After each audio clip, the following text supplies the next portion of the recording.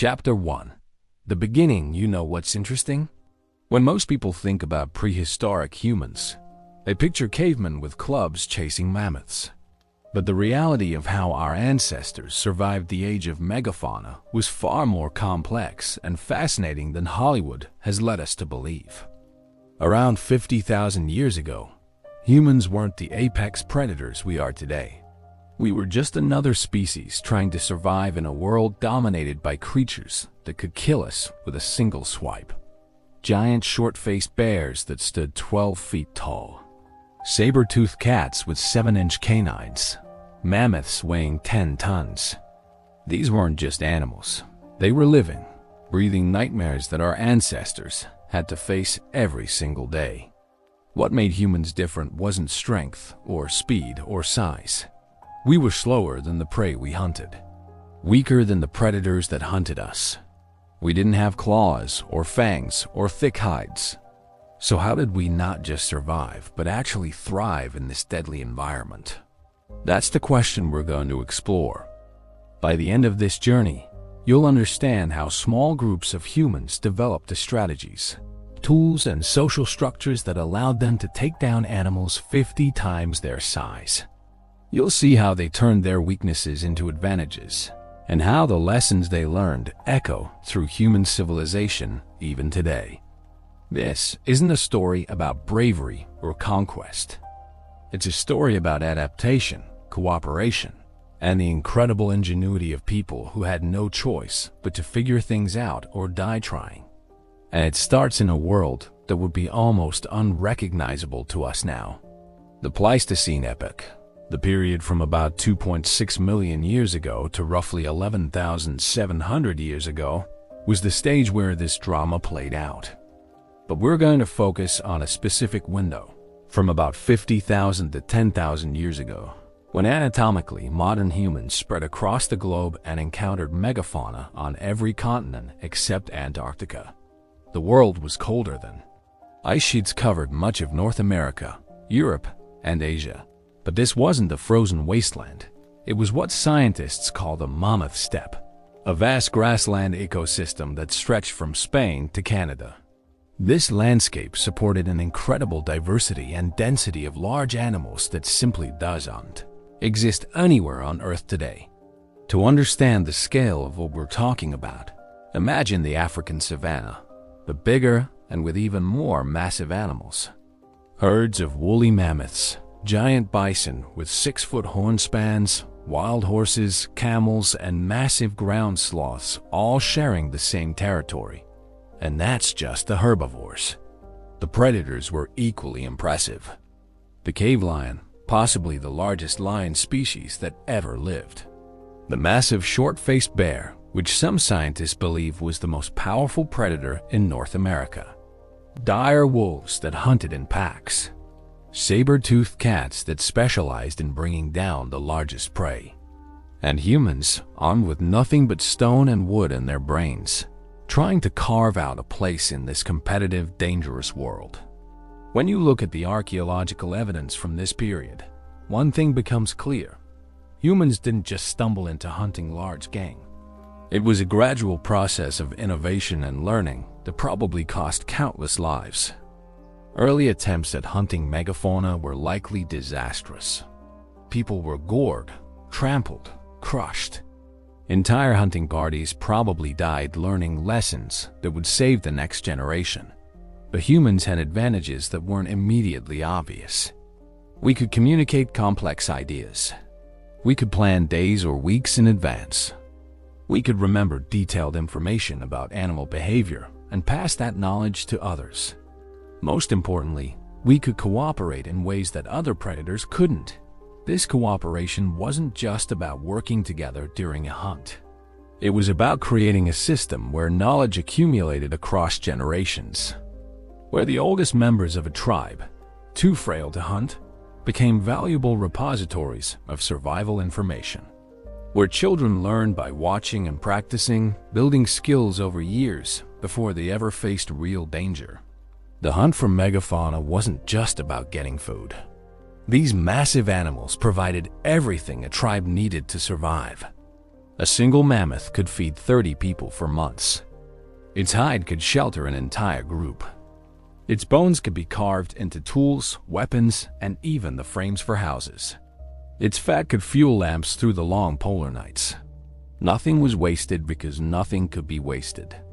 So this is where our story begins, with humans as underdogs, facing animals that outclassed them in almost every physical way, in an environment that was harsh and unforgiving. What happens next is a story of innovation, sacrifice, and the gradual mastery of skills that would eventually make humans the most successful large predator the planet has ever seen. Chapter 2. First hunters before humans could hunt mammoths. They had to learn to hunt. And that learning process started small, much smaller than you might expect. The archaeological record tells us that early humans were opportunistic feeders. They scavenged carcasses killed by other predators, cracked bones to get at the marrow that lions and hyenas couldn't access, gathered plants, caught small animals. They were survivors, not hunters. The transition from scavenger to predator was neither quick nor easy. One of the earliest sites that shows evidence of systematic hunting is in southern Africa, dating back about 500,000 years. Here, archaeologists found the remains of medium-sized animals with stone points embedded in their bones. These weren't megafauna. They were animals like antelope and wild horses. But the evidence showed something important. Humans were learning to hunt cooperatively. Fast forward to about 100,000 years ago, and we start seeing evidence of more sophisticated hunting. Sites in the Middle East show that humans were driving herds of gazelles off cliffs or into narrow canyons where they could be killed more safely. This required planning, coordination, and an understanding of animal behavior that went far beyond simple opportunism. But here's where it gets interesting. When anatomically modern humans began spreading out of Africa around 70,000 to 50,000 years ago, they encountered animals they'd never seen before. In Europe, they met mammoths, woolly rhinos, and cave bears. In North America, they found giant ground sloths, mastodons, and short-faced bears. In Australia, they came across marsupial lions and diprotodon, a wombat the size of a car. Each new environment required new strategies. The techniques that worked for hunting gazelles in Africa didn't necessarily translate to hunting mammoths in Siberia. Early attempts at taking down megafauna were probably tentative, testing what worked and what didn't, with deadly consequences for those who guessed wrong. One of the most revealing archaeological sites for understanding early megafauna hunting is Extinction in Germany. Here, in a coal mine, workers discovered something extraordinary. 8 wooden spears, perfectly preserved in peat, dating back 300,000 years. These weren't simple pointed sticks. They were sophisticated weapons, carved from spruce wood, with the center of gravity positioned for optimal throwing, just like a modern javelin. Found alongside these spears were the butchered remains of horses. This site tells us that even before modern humans, our ancestors were crafting specialized hunting weapons and using them to take down large prey. But these were horses, not the truly massive animals that would come to dominate human hunting in the Ice Age. The real question is, when did humans first deliberately hunt animals like mammoths? The answer is fuzzy because it's hard to tell from bones alone whether an animal was hunted or scavenged. A mammoth could die of natural causes, and humans could simply process the carcass. Or humans could drive it into a bog where it gets stuck and then kill it. Or they could wound it and track it for days until it dies. All of these scenarios might leave similar archaeological evidence. What we do know is that by 30,000 years ago, humans were definitely hunting mammoths regularly. Sites across Europe and Asia show mammoth bones with tool marks, along with the tools themselves, in contexts that strongly suggest hunting rather than scavenging.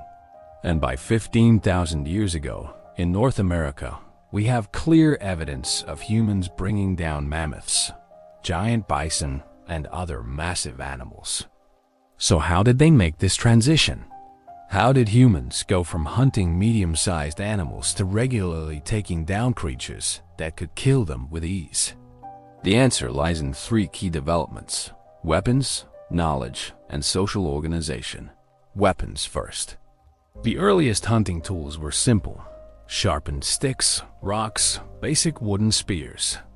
Effective against small to medium prey, but nearly useless against megafauna. A sharpened stick might annoy a mammoth, but it wouldn't kill it. Humans needed something more powerful.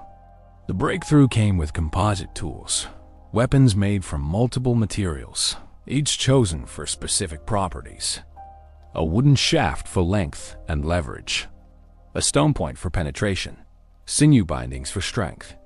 These weren't just sharper spears. They were fundamentally more effective tools that could deliver lethal wounds to even the largest animals.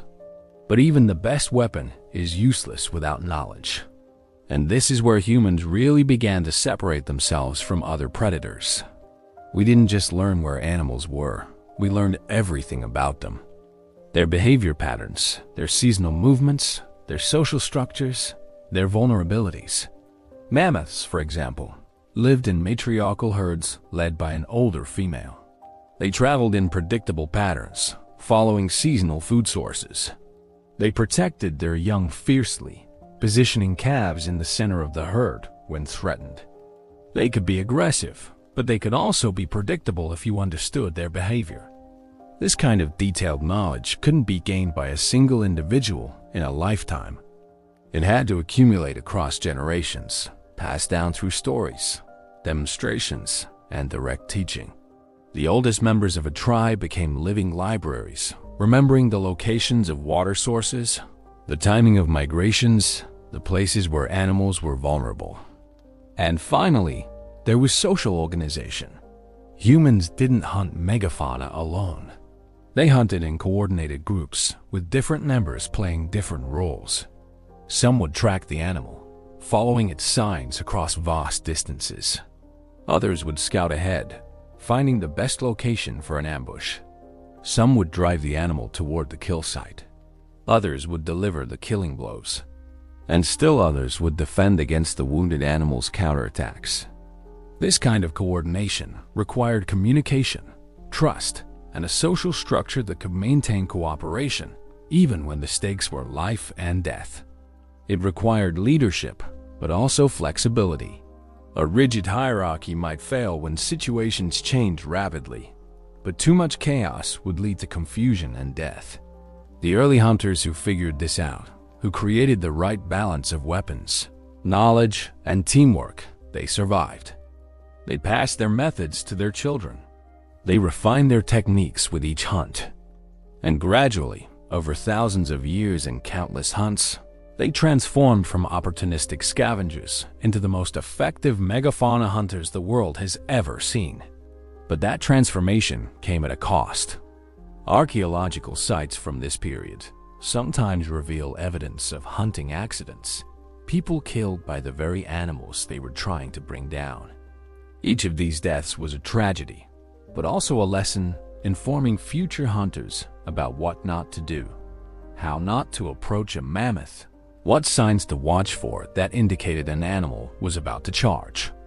The first hunters were pioneers, experimenting with techniques that no one had tried before, facing dangers that no modern human can truly understand. And their success, hard-won through trial and error, set the stage for everything that came after. Chapter 3. Megafauna Era. Let's talk about the animals themselves. Because to understand how humans hunted megafauna, you first need to understand just how extraordinary these creatures were. The term megafauna technically refers to animals weighing over 100 pounds. But when we talk about the Pleistocene megafauna, we're really talking about something much more impressive. These were animals that dominated their ecosystems, animals so large that they had few natural predators once fully grown. Animals that shaped the very landscape around them. The star of the show, of course, was the woolly mammoth. Standing up to 11 feet tall at the shoulder and weighing up to 6 tons, mammoths were perfectly adapted to Ice Age conditions. Their long, curved tusks could grow up to 16 feet long and were used to sweep snow away from vegetation, to fight rivals, and to defend against predators. Their distinctive humpbacks contained fat reserves that helped them survive harsh winters. And they were covered in a thick layer of wool, with outer guard hairs that could be 3 feet long, providing insulation against temperatures that regularly dropped well below zero. But here's what makes mammoths really interesting from a hunting perspective. They were intelligent social animals. Studies of their modern relatives, elephants, give us insights into mammoth behavior. They lived in tight family groups, remembered complex migration routes, and could communicate over long distances using low-frequency sounds. They grieved their dead. They protected their young. And they were dangerous when threatened. A mammoth could kill a human instantly with its tusks or simply by stepping on them. There are accounts from the early 20th century of elephants in Africa that describe how quickly they can move despite their size, how unpredictable they can be, and how devastating their charges are. Mammoths would have been similar, adding the challenge of operating in cold, icy conditions where humans could slip and fall. Then there were the other elephant relatives, mastodons in North America, straight-tusked elephants in Europe, each slightly different in size and behavior, but all posing similar challenges to human hunters.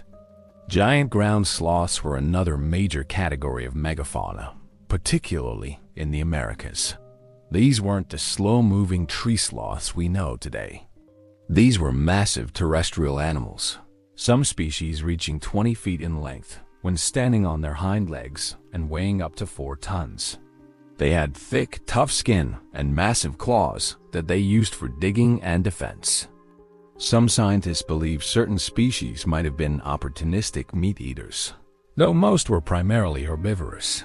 The giant short-faced bear deserves special mention. This animal, found in North America, was possibly the most powerful land predator of the Pleistocene, standing 6 feet tall at the shoulder when on all fours and up to 12 feet when standing upright. With long legs that gave it a fast running speed, this bear was built to hunt large prey. And unlike modern grizzlies and black bears, which are omnivorous, the short-faced bear's skull and teeth suggest it was primarily carnivorous. This means it was a direct competitor with human hunters, and potentially a threat to humans themselves. The cave bear of Europe was smaller, but still formidable. And unlike the short-faced bear, it lived in caves that humans also wanted to use for shelter. Archaeological evidence shows that humans and cave bears competed for the same living spaces, and that humans eventually won that competition, though probably not without casualties. Then there were the predators that specifically hunted megafauna, the saber-toothed cats, Smilodon in the Americas, Homotherium in Europe and Asia, and several other species. These weren't oversized house cats. They were powerfully built predators with specialized killing techniques. Their famous elongated canines weren't for slashing, as once thought, but for delivering precision bites to the throats or bellies of large prey, causing rapid blood loss. What is interesting about saber-toothed cats from a human perspective is that we were probably not their preferred prey. We were too small and too dangerous in groups. But a human alone or a small group caught unaware might have been vulnerable. And more importantly, saber-toothed cats competed with humans for the same prey animals, meaning human hunters might encounter these predators at kill sites. Cave lions and American lions rounded out the large predators. These were significantly bigger than modern African lions, with some estimates putting the largest males at over 800 pounds. They likely hunted in groups like their modern relatives, and they absolutely would have viewed lone humans as potential prey. Dire wolves, contrary to their portrayal in popular media, weren't fantasy creatures. They were real animals that lived across the Americas, about the same size as large modern gray wolves, but more heavily built, with stronger jaws designed to crack bone. Like modern wolves, they hunted in packs, which made them dangerous to both megafauna and humans. Giant bison were significantly larger than modern bison, with horn spans that could reach 7 feet across. They traveled in herds, which provided safety in numbers, but also created opportunities for human hunters to exploit stampedes or isolate individuals. The woolly rhinoceros in Eurasia was another impressive beast. With 2 horns, the front one could be 3 feet long and a thick coat similar to mammoths. They were solitary animals, which made them both easier and more dangerous to hunt.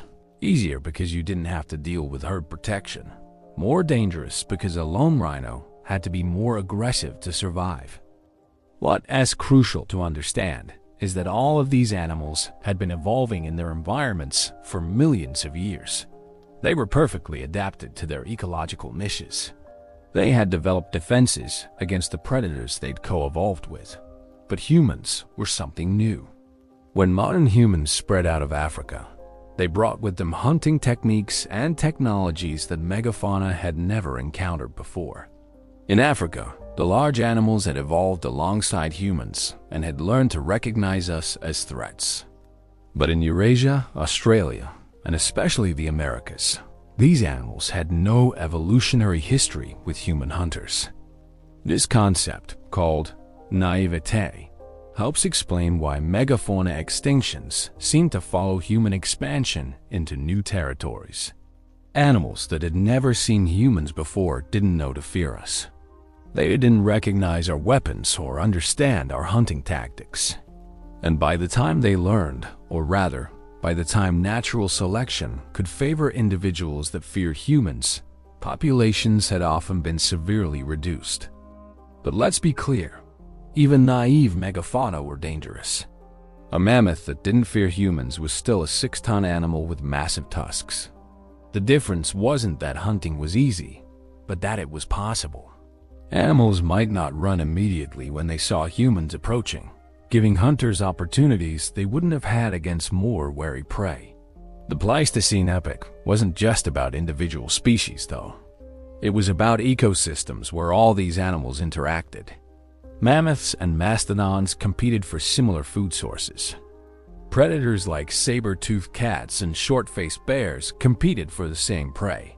Scavengers like dire wolves and giant vultures followed the predators. And humans inserted themselves into this complex web, competing with predators, scavenging when opportunity allowed, and gradually becoming skilled enough to hunt actively. The landscape itself was shaped by these megafauna. Mammoths and ground sloths knocked down trees and dispersed seeds. Their grazing maintained the grasslands that supported enormous herds. Their trails became the paths that other animals, including humans, followed. When they dug for water during dry seasons, they created water holes that entire ecosystems depended on. This was the world that Ice Age humans had to navigate. A world of giants where a mistake could mean death, where success could mean survival for your entire tribe, and where the ability to understand and predict animal behavior was literally the difference between life and death. And humans did more than just survive in this world. We thrived. We spread to every continent except Antarctica. We developed specialized tools and weapons. We created social structures that supported megafauna hunting. We became, in a sense, megafauna ourselves, not in size, but in our ecological impact. But that's getting ahead of the story. Before humans could dominate the megafauna era, they had to develop the tools that would make hunting these animals possible. And that's where we turn next. Chapter 4. Survival Tools. If you were transported back to the Ice Age with nothing but your knowledge and bare hands, how long would you survive? A day? Maybe 2? The environment would kill you quickly through exposure, dehydration, or starvation. And that's assuming you avoided the predators. Our ancestors survived because they were masters of toolmaking. And when I say masters, I don't mean they made crude implements that barely worked. I mean they created sophisticated, specialized tools that were perfectly designed for specific tasks. Tools that represented thousands of years of accumulated knowledge and refinement. Let's start with the most fundamental tool, the stone blade. Modern people tend to think of stone tools as primitive, but if you've ever watched a skilled flint knapper work, you'll quickly realize how wrong that assumption is. Creating a proper stone tool requires understanding the properties of different rocks, knowing exactly where and how hard to strike, and having the experience to predict how the stone will fracture. It's a skill that takes years to develop. The hunters of the Ice Age weren't working with random rocks. They sought out specific types of stone: flint, obsidian, chert, quartzite. These materials fracture in predictable ways, creating sharp edges that are actually keener than modern surgical steel. Obsidian blades, in particular, can have edges at the molecular level, sharper than anything we can manufacture with metal. But it wasn't just about sharpness. Different tools required different shapes. A cutting tool needed a long, straight edge. A scraping tool needed a convex edge and a comfortable grip. A projectile point needed to be carefully shaped to penetrate hide and tissue while remaining firmly attached to its shaft. Each type of tool had a specific design that had been refined over generations. The process of creating these tools, what archaeologists call lithic reduction, followed specific techniques. The lever-boire technique, developed over 300,000 years ago, involved preparing a stone core so that finished tools could be struck off with predictable shapes. The pressure flaking technique, used to create the finest projectile points, involved pressing rather than striking the stone, allowing for precise control over the final shape. What is remarkable is that archaeologists can look at stone tools and identify not just what culture made them, but often what specific time period they're from, because tool designs changed and evolved over time. This means there was active innovation happening, with better designs replacing older ones, just like modern technology. But stone tools were just the beginning. Wood was equally important, though it rarely survives in the archaeological record. Spears were the primary hunting weapon for most of human prehistory. The churning spears I mentioned earlier showed just how sophisticated these could be. But there were many different types of spears, each designed for specific purposes. Heavy thrusting spears for close combat, light throwing spears for distance attacks, barbed spears that would stick in an animal's flesh, multi-pronged spears for fishing. The wood was carefully selected. Spruce, ash, and yew were preferred in Europe because they combined strength with flexibility. The wood had to be straight-grained, without knots that would cause weak points. It had to be seasoned properly, dried to reduce weight without becoming brittle. And it had to be carved with precision, ensuring the center of gravity was in the right place for whatever purpose the spear served. Creating a spear wasn't a casual afternoon project. It could take days or weeks to find the right piece of wood, shape it properly, attach the stone point, and ensure everything was securely bound. A hunter might own several spears, each one representing a significant investment of time and skill. Then there was the outlaw, or spear thrower. This was a game-changing innovation that appeared around 30,000 years ago. Essentially, a lever that extended the thrower's arm.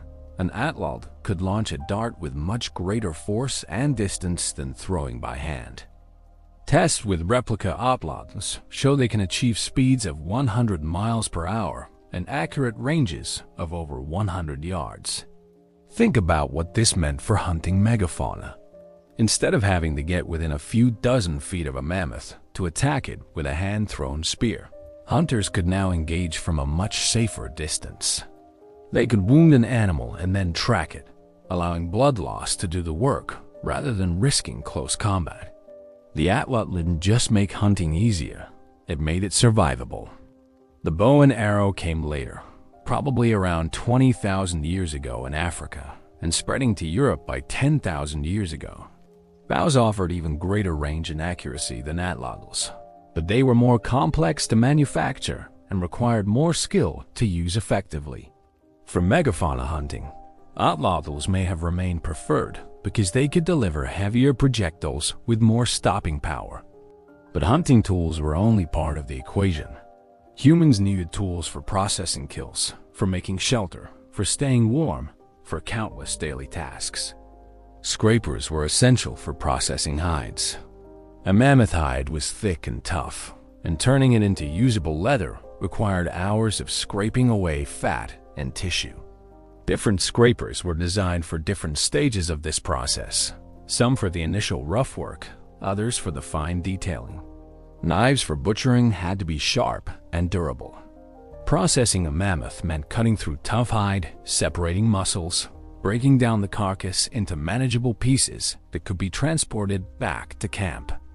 This required different blade designs than, say, cutting plant materials. Awls and needles, made from bone or ivory, were crucial for sewing. In Ice Age conditions, clothing wasn't optional. Humans needed fitted layered garments to survive, and these had to be sewn together. The world's oldest sewing needle, found in Siberia, dates to about 50,000 years ago and shows sophisticated design with a carefully drilled eye. Speaking of bone tools, these were just as important as stone ones. Bone is more flexible than stone and doesn't shatter in the same way, making it ideal for certain applications. Needles, fishhooks, harpoon points, and even musical instruments were crafted from bone. Mammoth ivory was particularly prized because it was dense, strong, and could be carved into intricate shapes. Containers were another crucial technology. How do you carry water in an environment where plastic and metal don't exist? Waterproof bags made from animal bladders and stomachs. Baskets woven from plant fibers. In some areas, fired clay vessels, though these were heavy and fragile. Cord and rope were essential for binding tools, setting traps, and constructing shelters. These were made from plant fibers, animal sinew, or leather strips, each with different properties.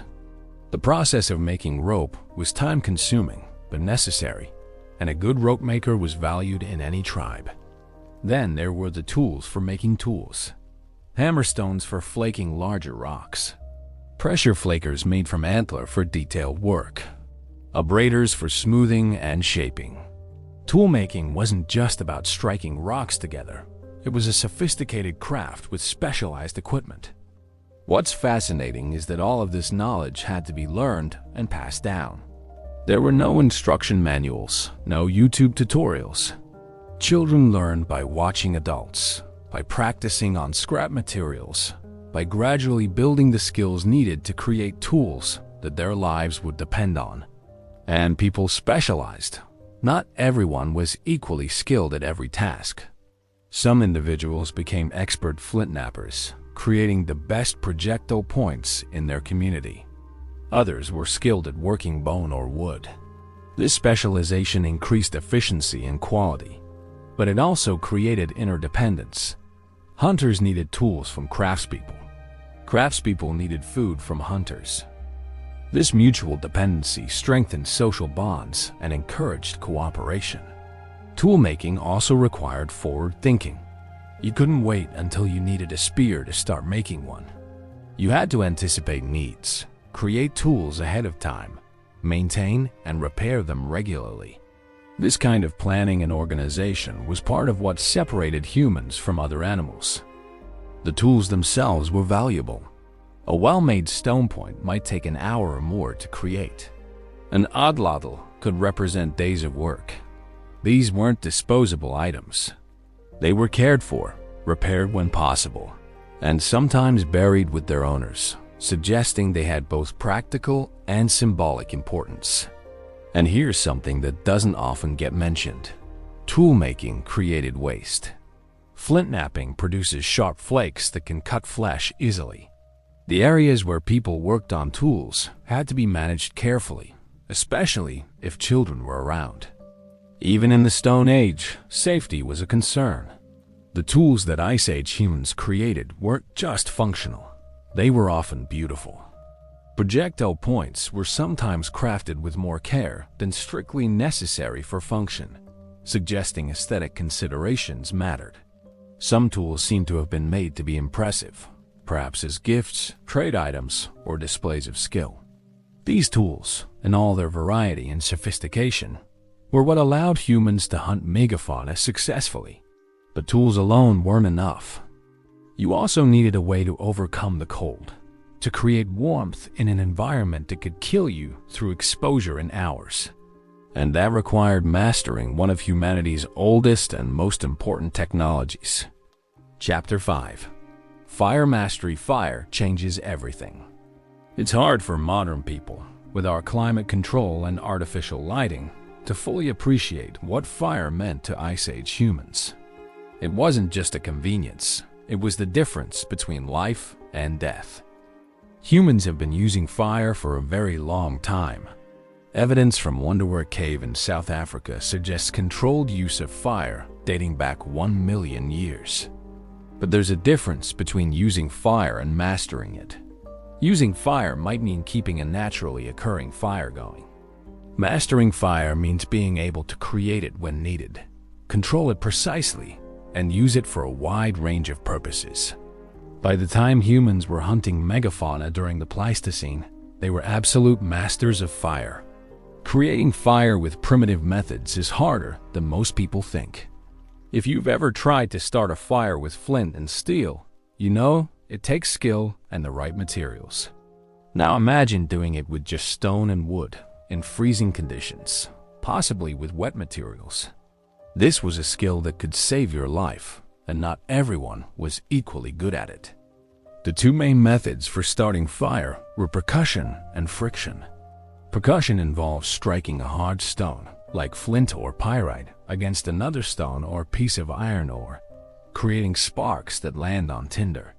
Friction involves rubbing two pieces of wood together in specific ways to create enough heat to ignite tinder.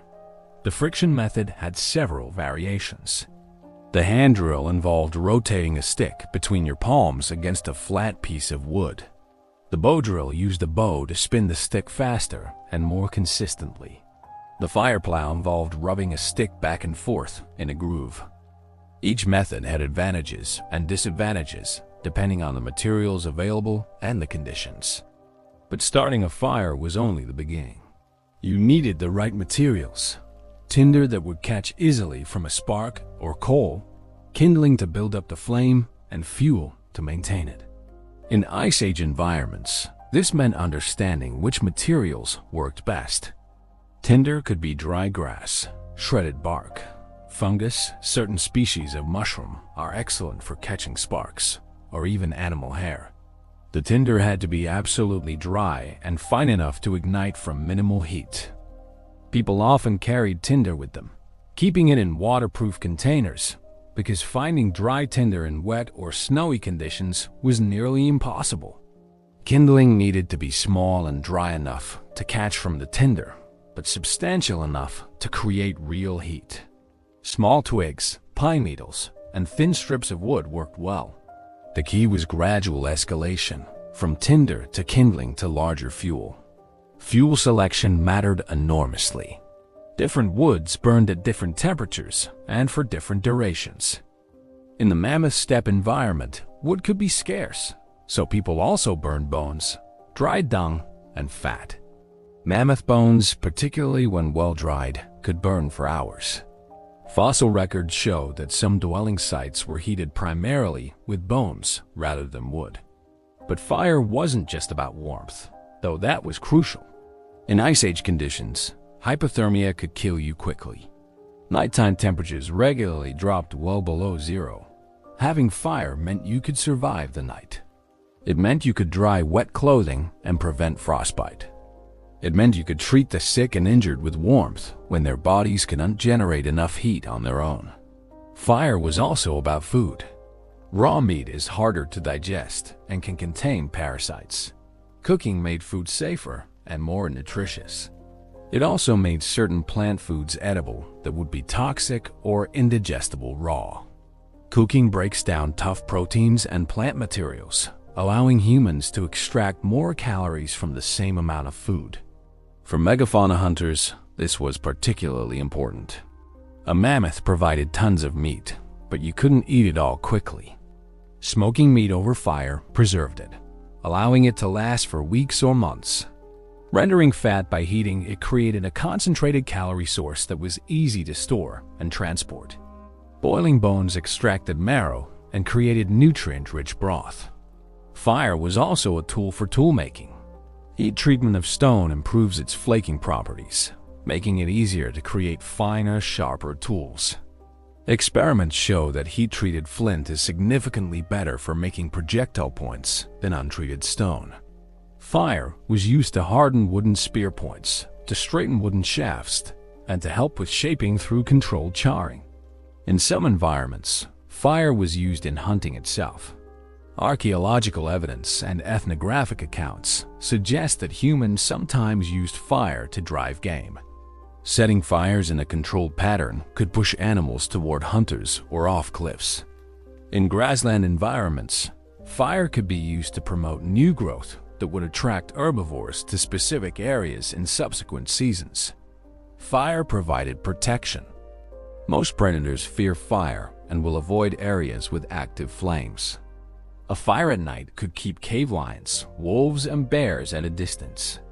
This wasn't foolproof.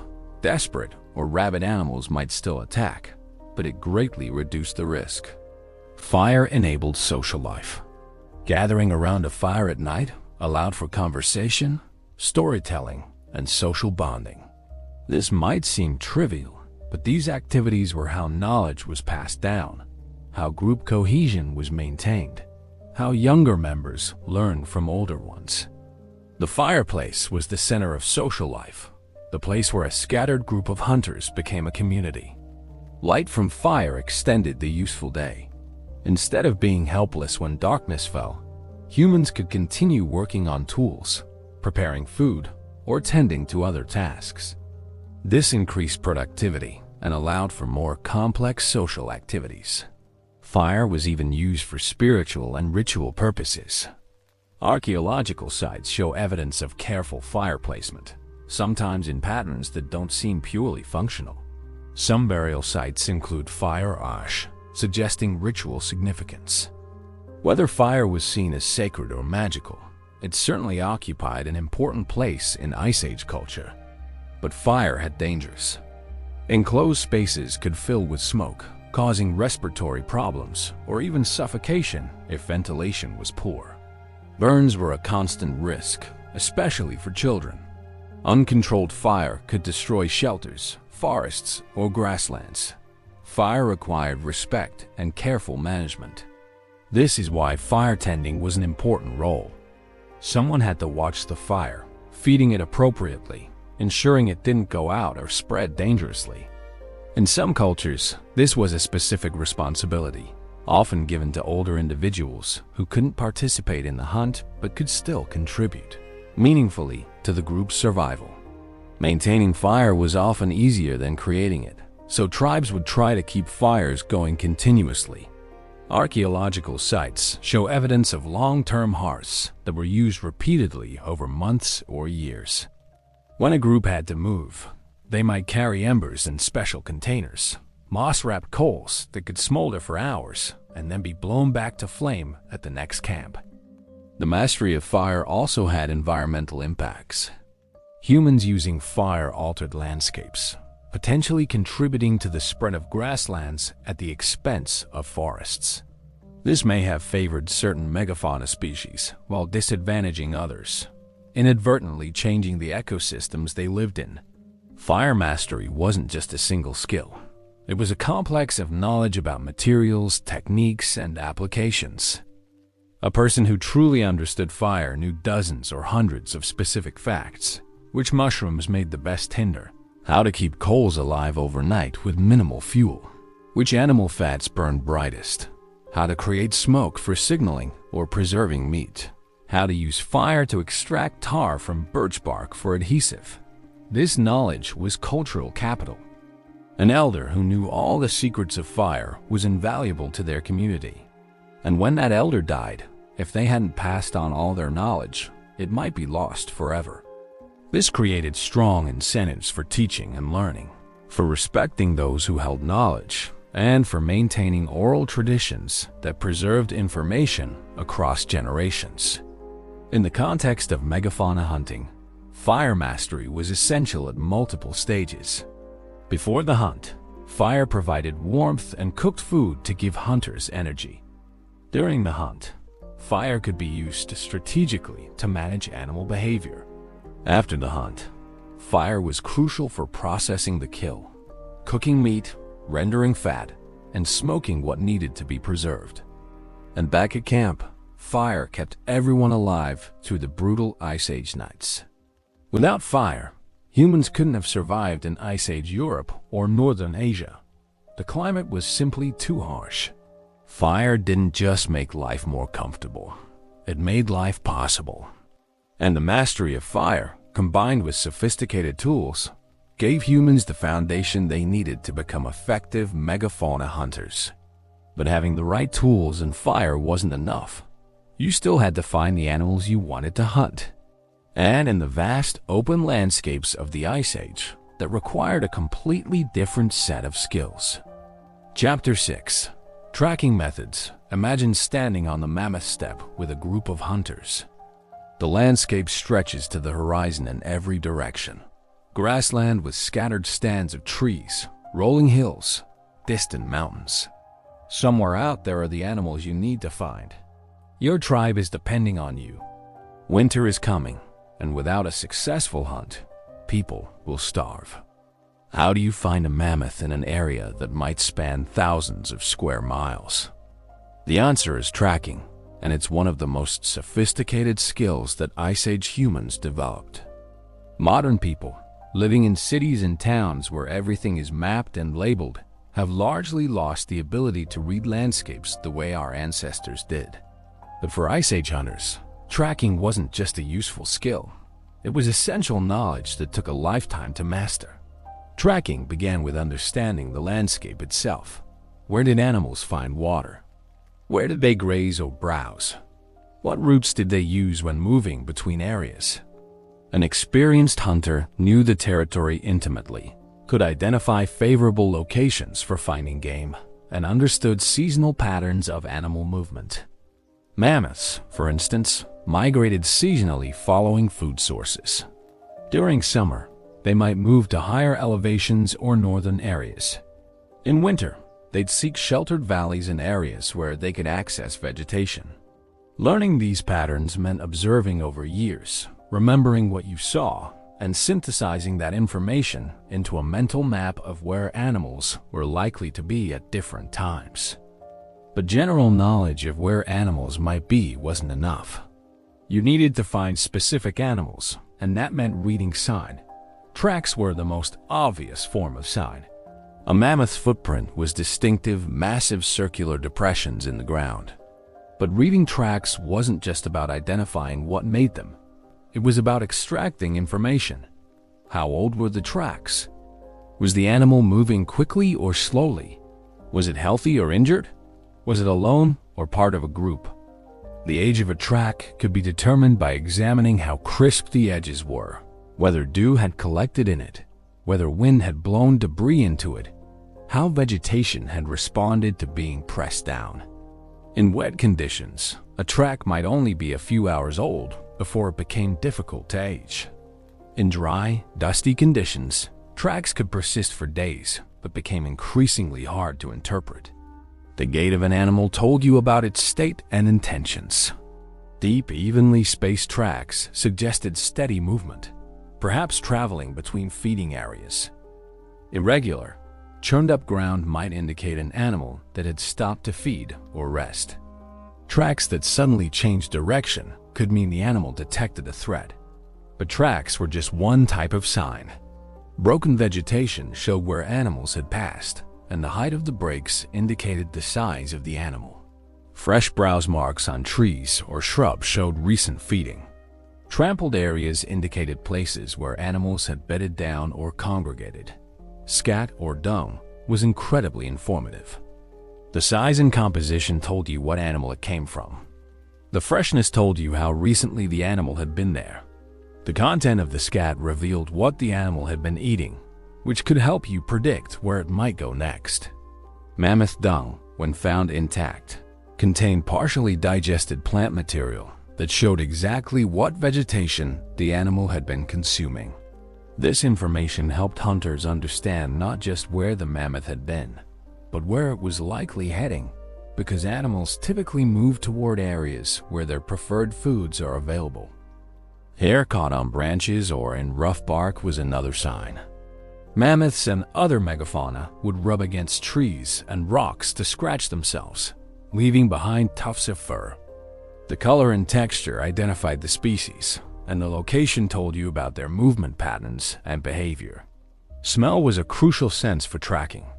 Different animals had distinctive odors. A mammoth herd had a strong, musky smell that could be detected from considerable distances if the wind was right. The smell of a fresh kill could be distinguished from the smell of an old carcass. Predators had their own distinctive scents. Experienced trackers could smell water from a distance, detect smoke, and even identify certain plants. This olfactory awareness, largely lost in modern humans who live in environments full of artificial scents, was a vital sense for survival. Sound was equally important. The low-frequency rumbles that elephants used to communicate over long distances were probably also used by mammoths. A skilled tracker could hear these sounds, too low for most people to consciously register, and use them to locate herds. The crash of breaking branches, the sound of animals moving through brush, alarm calls from birds when predators approached, all of these auditory cues provided information. Visual observation extended beyond looking for obvious signs. The behavior of other animals could tell you about nearby predators or large herbivores.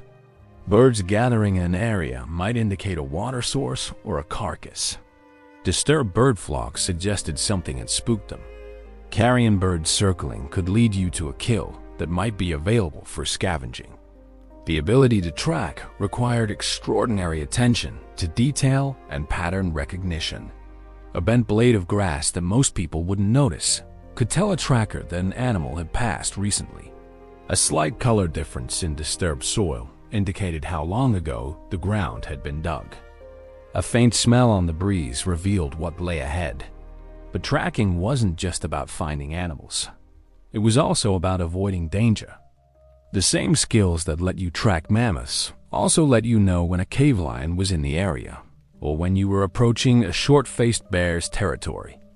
Reading sign kept you alive by helping you avoid threats as much as by helping you find prey. Tracking was also a social activity.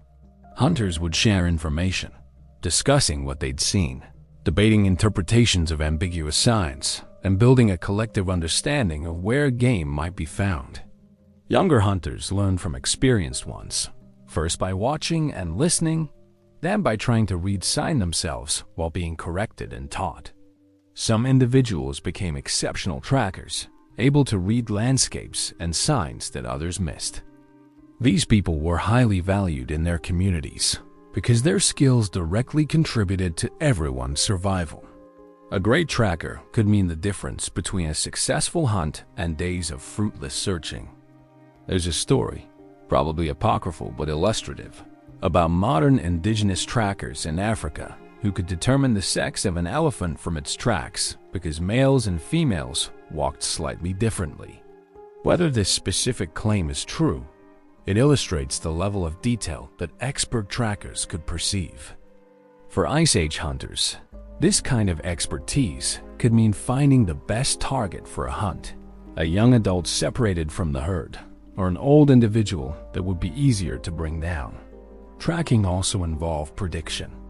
Based on current sign and knowledge of animal behavior, where would this mammoth be tomorrow? If you couldn't catch up to it today, where should you go to intercept it? This required understanding not just tracking, but animal behavior, terrain, weather, and dozens of other factors. Weather awareness was crucial for tracking. Wind direction determined what you could smell and whether animals could smell you. Rain could wash away tracks or make them clearer depending on the soil type. Snow could preserve tracks beautifully or cover them completely. Temperature affected how long certain signs remained detectable. Night tracking was possible but dangerous. The limited visibility made it easy to lose a trail or walk into danger. But sometimes urgency required it, perhaps when trailing a wounded animal that needed to be found before it recovered or before scavengers claimed it. False trails and backtracking were constant challenges. Animals didn't move in straight lines. They doubled back, circled around, or moved through difficult terrain that obscured their tracks. A tracker had to be able to distinguish between different individuals' tracks when trails crossed, and to pick up a lost trail after traveling through areas where tracking was impossible. Some of the most impressive tracking involved reading old signs to understand patterns over time. An experienced hunter might notice the mammoths repeatedly used a particular pass through hills during their spring migration. This knowledge, accumulated over years, allowed hunters to be in the right place at the right time, rather than wandering randomly hoping to find game. Tracking wasn't just a hunting skill either. It was used for understanding territories, finding resources, and even in social contexts like tracking other human groups. The same observational skills that let you track a mammoth could help you find water sources, identify edible plants, or avoid dangerous areas. The mental demands of tracking were significant. You had to remember vast amounts of information, constantly update your understanding based on new observations, visualize in 3 dimensions how an animal had moved through terrain, and maintain intense focus for hours or days. It was exhausting work that required both physical endurance and mental acuity. And here's something interesting. Tracking left its own mark on human evolution. Some researchers suggest that the cognitive demands of tracking, the need to hold multiple hypotheses in mind, test them against evidence, and constantly update your understanding, may have contributed to the development of scientific thinking. The logic of tracking is the logic of empirical investigation. Observe, hypothesize, test, revise. But even the best tracking skills weren't enough to successfully hunt megafauna.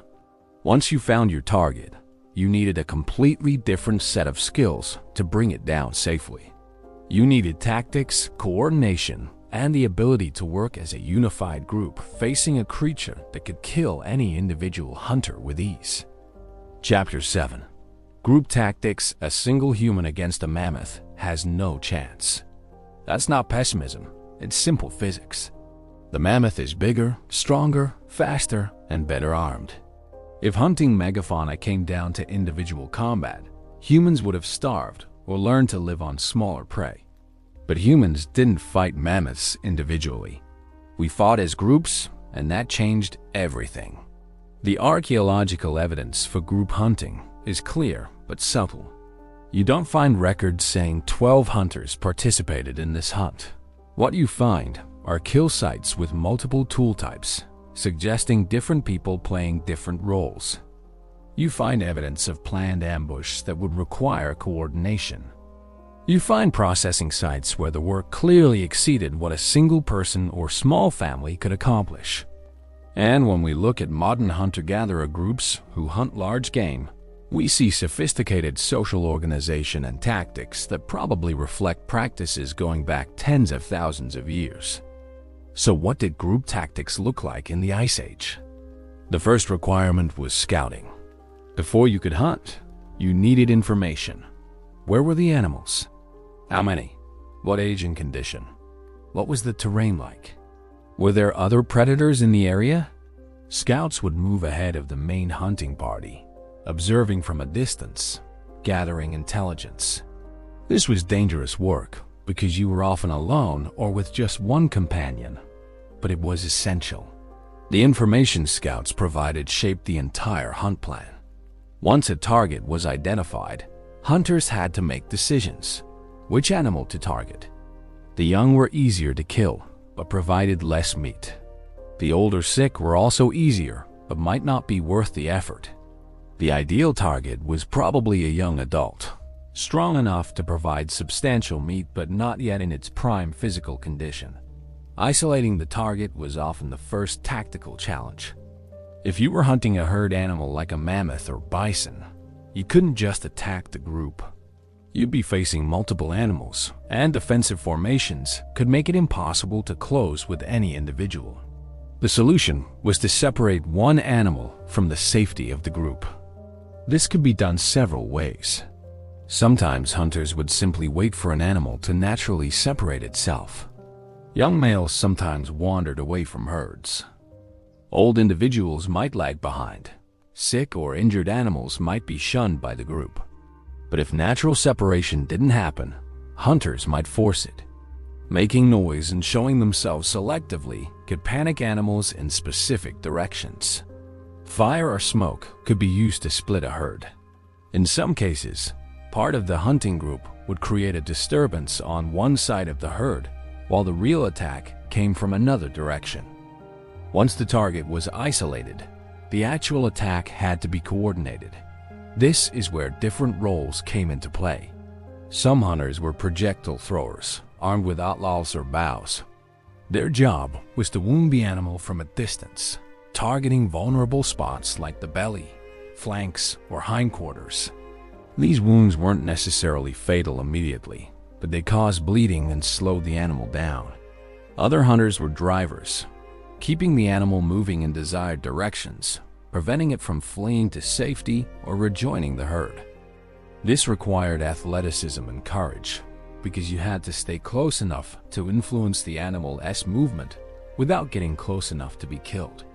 Flankers worked the sides, cutting off escape routes and forcing the animal toward a predetermined location.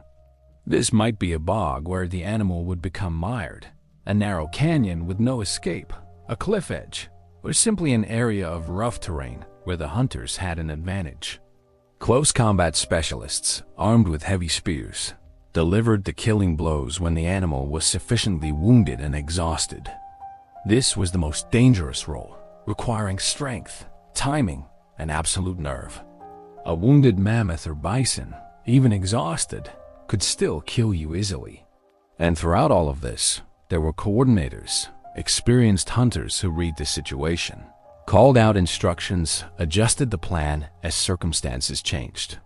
In the chaos and danger of a hunt, having someone who could maintain situational awareness and direct others was crucial. Communication during hunts had to be efficient and clear. Verbal shouts might spook animals at the wrong moment or be misheard in the noise and confusion. Hand signals allowed for silent coordination. Specific calls or whistles could convey complex information quickly. Everyone had to understand the signals and respond appropriately. Formations mattered too. A line of hunters could drive animals effectively. A crescent formation could funnel animals toward a specific point. Ambush positions, with hunters hidden along an animal's expected path, maximized the element of surprise. Timing was everything. Launch the attack too early, and the animal would escape, or the herd would rally to defend it. Wait too long, and you might lose your opportunity entirely. The decision of when to commit to the attack required judgment that came only with experience. Risk management was constant.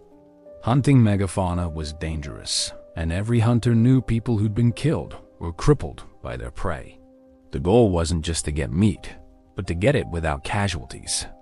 Sometimes that meant taking longer for a safer approach. Sometimes it meant abandoning a hunt if conditions weren't favorable. There's evidence that some hunts were more opportunistic and less organized than the coordinated group tactics I've been describing. If hunters encountered an animal in a vulnerable position, stuck in mud or separated from its group, they might attack with whoever was available. But the big, planned hunts that could feed an entire tribe for weeks, those required organization. Backup plans were necessary because animals don't cooperate with your intentions. If the target broke through your flankers, what then? If it charged instead of fleeing, how did you respond? If another predator showed up, attracted by the noise and smell of blood, what did you do? Good hunting groups had discussed these scenarios and had protocols for dealing with them. The aftermath of a kill was its own tactical challenge. A freshly killed mammoth represented tons of meat and valuable materials, but it also attracted every scavenger and predator in the area. Securing the kill site Processing the carcass quickly and defending against animals that wanted to steal your hard-won prize required continued vigilance and organization. Processing itself required coordination. You couldn't just leave a carcass lying around for days while you slowly butchered it. Meat spoiled, predators gathered, and the effort of the hunt could be wasted.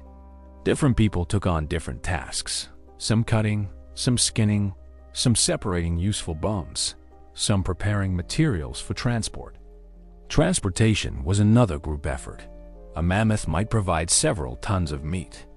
How do you get that back to camp?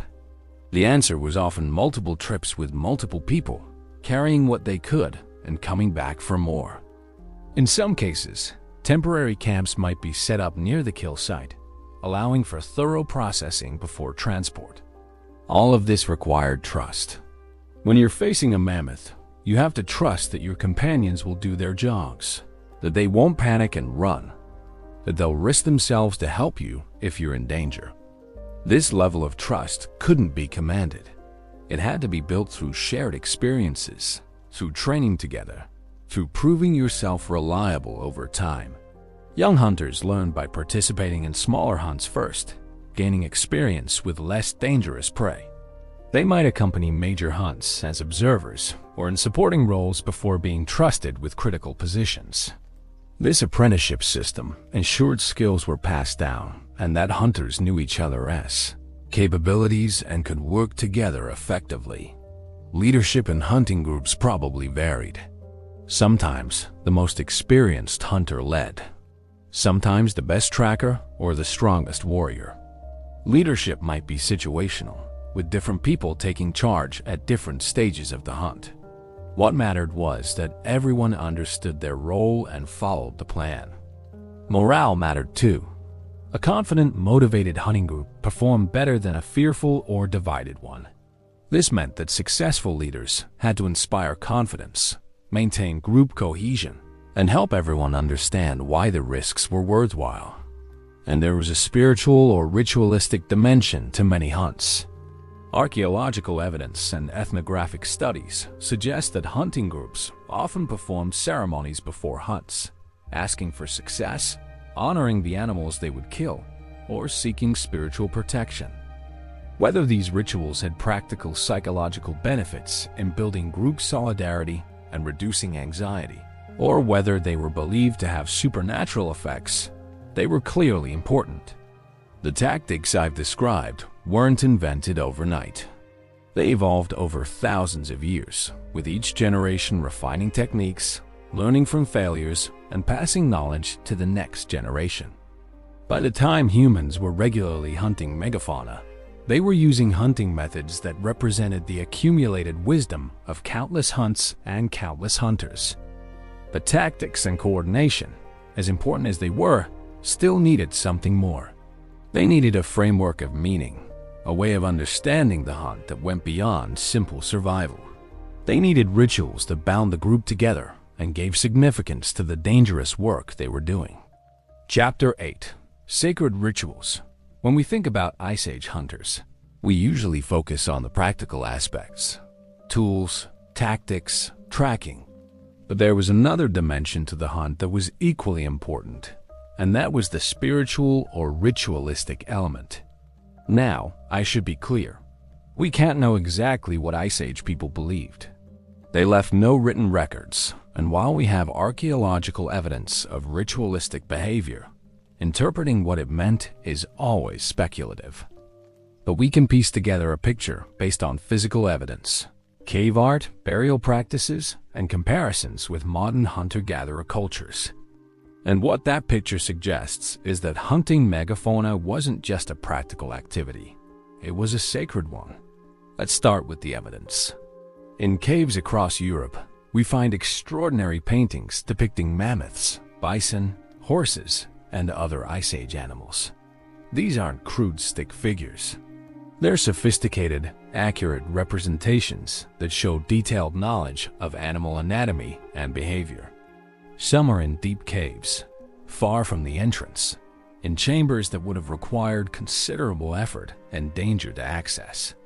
Why paint animals deep in caves where hardly anyone would see them? the practical explanations don't really work. If these were just decorations or record keeping, why put them in such inaccessible places? If they were educational tools for teaching young hunters, why not paint them in more accessible locations? Many researchers believe these paintings had ritual significance. The act of creating them in dangerous, isolated locations might have been a spiritual practice. Perhaps it was believed that depicting an animal gave you power over it. Perhaps it was a way of honoring the animals. Perhaps it was communication with spirit world or ancestors. Some cave paintings show what might be hunting scenes, though interpretations vary. Figures that could be human hunters appear to interact with animal figures.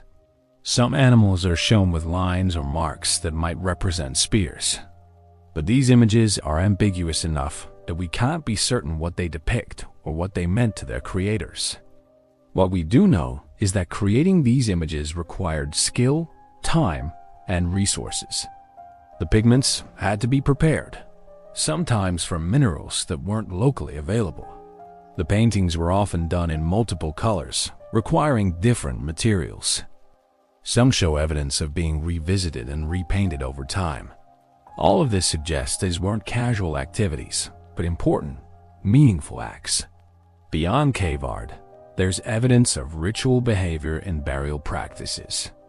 Some Ice Age burials include grave goods, tools, ornaments, and even red ochre powder. The care taken with these burials, the resources invested in them, suggest beliefs about death and afterlife or honoring the deceased. And here's something fascinating. Some burials include ivory or bone objects that clearly took considerable time to create. Beads, carved figurines, decorated tools. These items had no obvious practical purpose, but they were valuable enough to bury with the dead. This suggests a symbolic or spiritual dimension to life that went beyond pure survival. Now, how does this relate to hunting? In many ways. For people who depended on hunting large, dangerous animals for survival, it makes sense that hunting would be spiritually significant.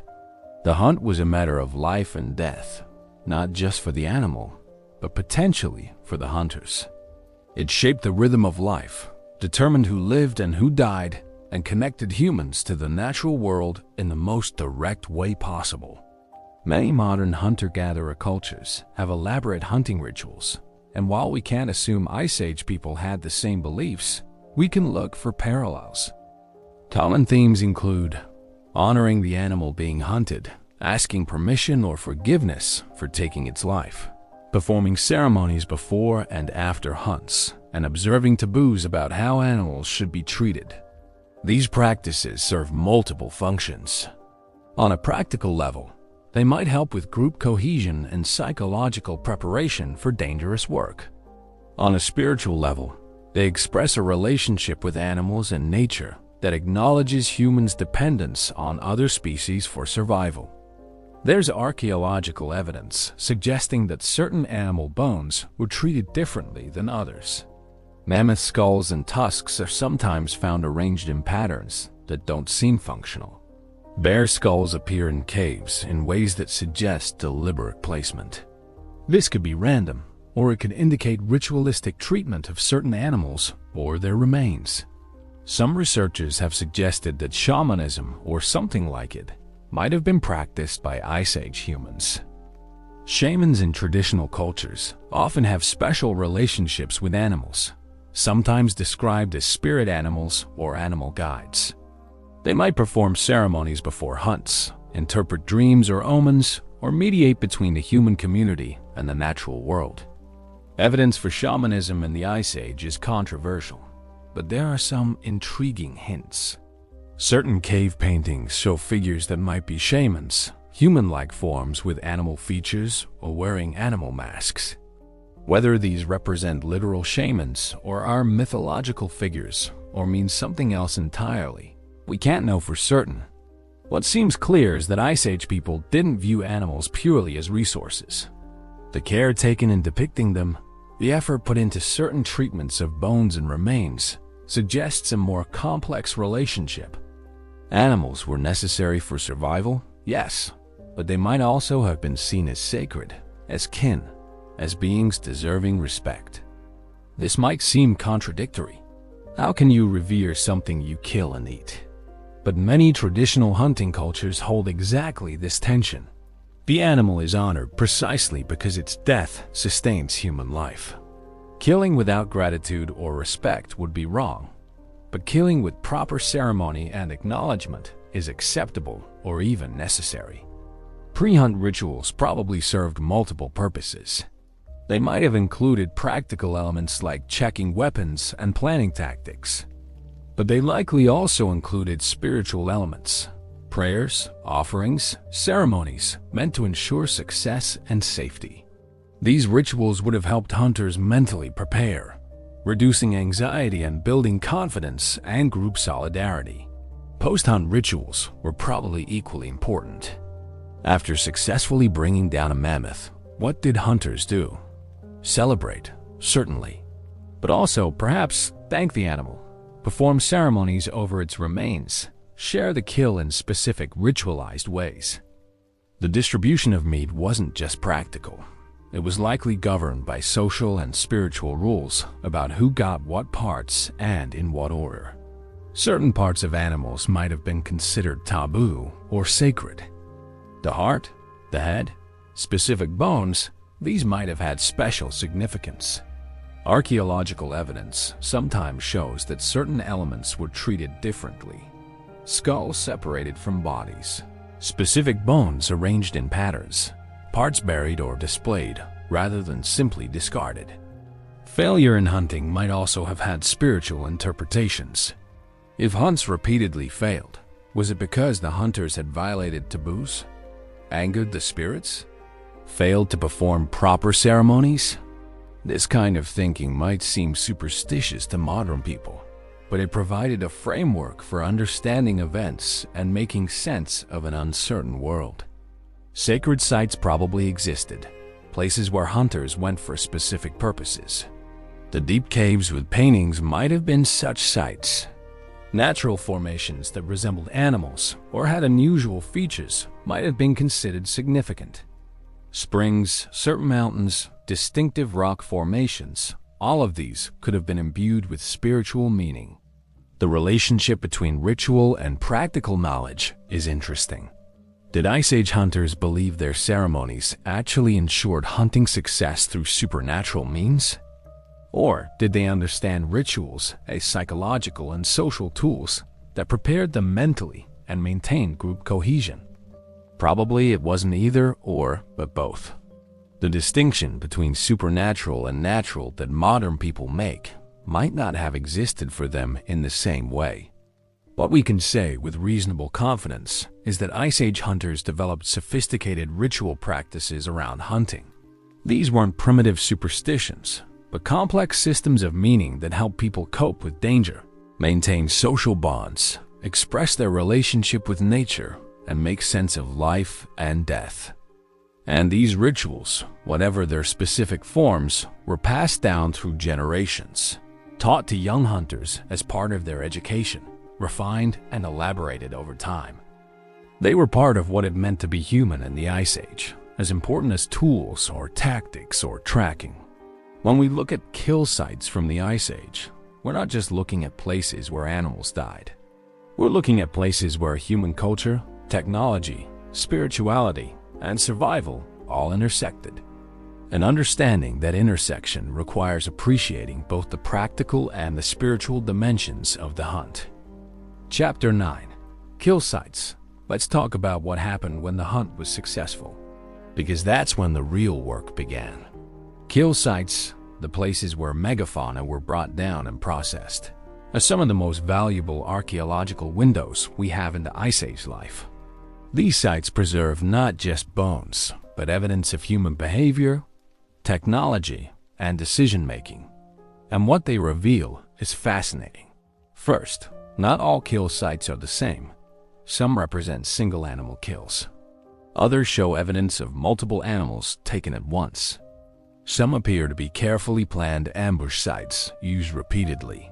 Others look like opportunistic kills made when hunters encountered vulnerable animals. One famous kill site is Leonard in Arizona, dating to about 13,000 years ago. Here, archaeologists found the remains of 13 mammoths along with clovis points and butchering tools. The site was near a water source, suggesting hunters either ambushed mammoths that came to drink or possibly drove them into the marshy ground where they became stuck. The distribution of bones at Leonard tells us about processing. Not all skeletal elements are present in equal proportions. Some parts were carried away, presumably back to camp. Others were left at the kill site. This pattern of selective transport suggests hunters were making strategic decisions about what was worth carrying and what wasn't. Another significant site is Blackwater Draw, also in North America, where evidence of mammoth hunting extends over centuries. The presence of multiple cultural layers, different types of projectile points, and varying butchering techniques shows how hunting practices evolved over time. In Europe, sites like Předměstí in the Czech Republic show extensive use of mammoth resources. Here, the remains of over 1,000 mammoths have been found, along with structures made from mammoth bones, suggesting not just hunting but systematic utilization of every part of these animals. What can kill sites tell us about the actual moment of the kill? The positioning of projectile points, when they're found in association with bones, can indicate where hunters aimed. Many points are found near the rib cage, suggesting attempts to hit vital organs. Others are associated with leg bones, perhaps attempts to immobilize the animal by damaging muscles or breaking bones. The number of impact points on a single animal tells us about hunting intensity. Some skeletons show evidence of multiple spear impacts, suggesting either many hunters attacking at once or repeated attempts to bring the animal down. Other skeletons show minimal trauma, perhaps indicating a lucky strike that hit a vital area quickly. Pathologies and injuries on megafauna skeletons also provide information. Some show healed wounds from previous encounters with humans, proving that not every hunting attempt was successful. These animals had survived previous attacks and carried the scars. This reminds us that Ice Age hunters didn't have a perfect success rate, far from it. The condition of bones at kill sites reveals processing techniques. Cut marks show where hunters use stone tools to separate flesh from bone. Percussion marks indicate where bones were struck to extract marrow. Burned bones suggest cooking or possibly deliberate destruction to access internal nutrients. What's striking is how thorough the processing was. Ice Age humans wasted almost nothing. At many kill sites, nearly every bone shows some kind of tool mark or evidence of processing. Long bones were cracked open for marrow. Skulls were broken to access brains, which were high in fat and calories. Even bones that weren't edible were often processed for use as tools, fuel, or building materials. But processing a mammoth is an enormous task. We're talking about multiple tons of meat, hide, and bone that need to be dealt with before they spoil. How did hunters accomplish this? The answer is through organized, intensive labor. Processing probably began immediately after the kill, with different people taking on different tasks. Some would have started skinning while others began butchering. Some might have been preparing tools for more detailed work. Others could have been building drying racks or smoke structures for preservation. Time was a critical factor. In warm weather, meat could begin spoiling within hours. Even in cold conditions, scavengers would be attracted by the smell of blood and fresh meat. Archaeological evidence sometimes shows signs of scavenging at kill sites, suggesting that despite human efforts to process and defend the kill, other animals managed to steal some of the resources.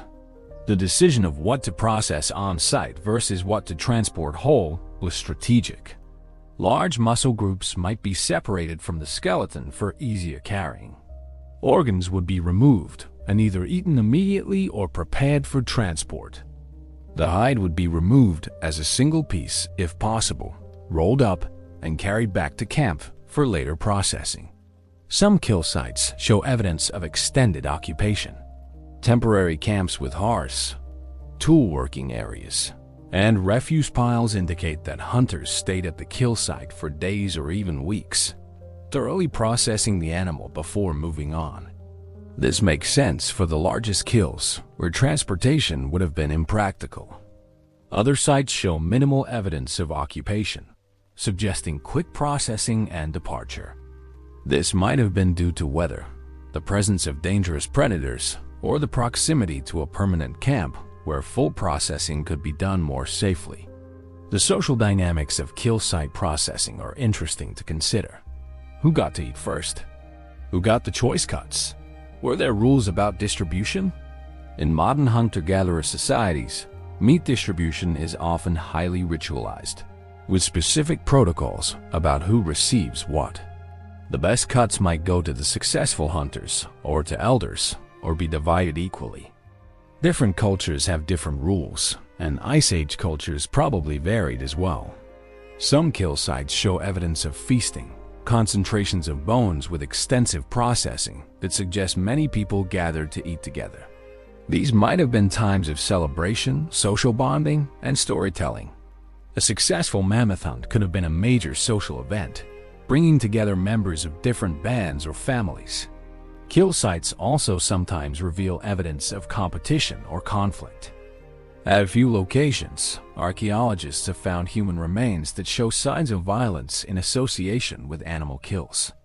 Whether these represent disputes over hunting territories, conflicts over kill ownership, or something else, they remind us that Ice Age life wasn't always cooperative. The reuse of kill sites is significant. Some locations show evidence of repeated use over centuries or millennia. These were probably particularly favorable locations, places where geography made hunting easier or more successful. Knowledge of these sites would have been passed down through generations, becoming part of a tribe's collective knowledge. Natural features that aided hunting were probably well known and deliberately used.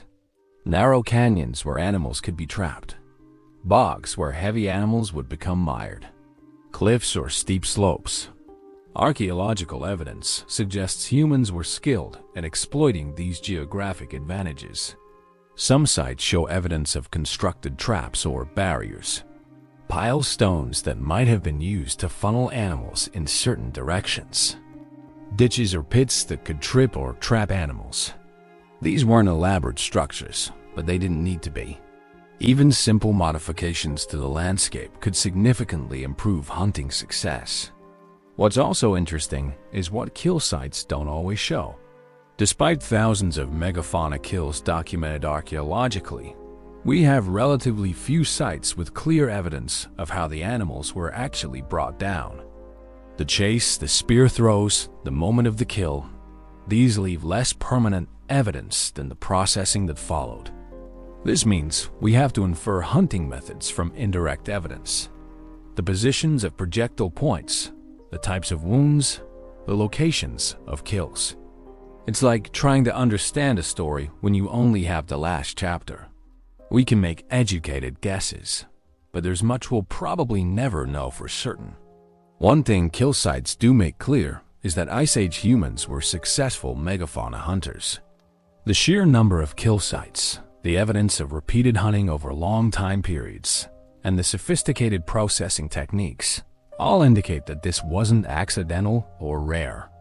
It was a regular, systematic activity that humans had mastered. And this mastery came from the accumulation of knowledge: where to hunt, when to hunt, how to kill efficiently, and how to process thoroughly. Knowledge that was hard-won through experience, sometimes fatal experience, and passed down through generations. Chapter 10. Butchering knowledge once a mammoth was down. Once the hunt was successful, the hunters faced several tons of meat, hide, and bone that needed to be processed quickly and efficiently. The knowledge required for this task was just as sophisticated as the knowledge needed for the hunt itself. Butchering megafauna wasn't just crude hacking with sharp rocks. It was precise, informed work that required deep understanding of anatomy, proper technique, and the right tools for each task. Let's start with the initial approach to a freshly killed animal. First, you had to ensure it was actually dead. A wounded mammoth could still be extremely dangerous. Approach too carelessly, and a dead animal might suddenly move, crushing or goring anyone nearby. Once death was confirmed, the work began with positioning. A mammoth lying on its side presented different challenges than one on its back or belly. Ideally, you wanted the carcass position to give access to major muscle groups and body cavities. Sometimes, this required coordinated effort to roll or reposition a multi-ton carcass. The hide had to be removed carefully. Mammoth skin could be an inch thick, tough, and valuable. Cutting through it required sharp tools and knowledge of where to make incisions. The typical approach was probably to start with the belly, making a long cut from throat to tail, then working outward. Separating the hide from the underlying tissue was delicate work. Cut too shallow and you'd waste time. Cut too deep and you'd damage the hide or waste meat. Experienced butchers knew exactly how deep to cut, could feel the difference between layers, and worked efficiently to remove the hide as a single piece when possible. The hide itself was enormously valuable. It could be used for clothing, shelter, bags, straps, and countless other purposes. But rawhide degrades quickly. It had to be either processed immediately or preserved through drying or other methods. This meant that even while butchering was ongoing, some people would be working on hide preservation. After the hide, attention turned to the internal organs. These were actually some of the most valuable parts nutritionally. The liver, rich in vitamins and minerals. The heart, dense with protein. The stomach and intestines, which could be cleaned and used as containers. Even the bladder had uses. But internal organs spoil faster than muscle meat, so they had to be dealt with quickly. Some would be eaten on site. Others might be prepared for transport. The knowledge of which organs were safe to eat, which required cooking, and which had to be avoided entirely was crucial. Eating the wrong parts of an animal could cause illness or death. The bones presented their own challenges and opportunities. Long bones contained marrow, an extremely valuable food source high in fat and calories. Accessing marrow required breaking bones, which sounds simple but actually requires technique. Strike a bone wrong and you might shatter it uselessly. Strike it right and it opens cleanly, making the marrow easy to extract. Different bones had different uses beyond marrow. Ribs could become tools or framework for shelters. Skulls and tusks had symbolic value and practical uses. Shoulder blades were large, flat, and could be used as shovels or cutting boards. Smaller bones could be shaped into needles, awls, or ornaments. The skull of a mammoth was massive and contained a valuable resource, the brain.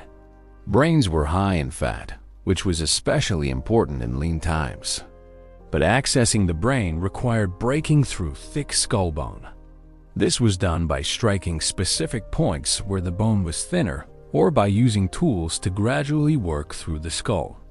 Processing the muscles, the meat itself, required understanding anatomy. A mammoth had the same basic muscle groups as other large mammals, but on a much larger scale. Knowing how muscles attach to bones, where natural seams between muscle groups existed, and how to separate them efficiently came from experience and teaching. Certain cuts were probably more valued than others. Tenderloin, backstrap, and other tender cuts would be prized. Tougher muscles could still be eaten but might require longer cooking or different preparation methods. Nothing was wasted, but not everything was valued equally. The sheer quantity of meat from a mammoth created preservation challenges. You couldn't eat several tons of meat before it spoiled. Solutions included smoking, drying, and freezing. In cold climates, meat could be cached in snow or frozen ground. In warmer seasons, thin strips of meat could be dried in the sun or over smoky fires to create a preserved food that would last months. Fat was perhaps the most valuable resource. Calorie-dense and useful for countless purposes, Fat was rendered by heating. The liquid fat could be stored in containers and used for cooking, light, waterproofing, and mixing with other foods. Fat caches, where rendered fat was stored for later use, have been found at some archaeological sites. Sinew, the connective tissue that holds muscles to bones, was strong and flexible when processed correctly. It could be dried, split into fibers, and used as cordage for binding tools, sewing, making nets, and other purposes. Collecting sinew from a carcass was part of the butchering process, another example of how nothing was wasted. The butchering tools themselves were specialized. Large cutting tools for initial breakdown, smaller, finer blades for detailed work, hammerstones for breaking bones, scrapers for removing tissue from hides.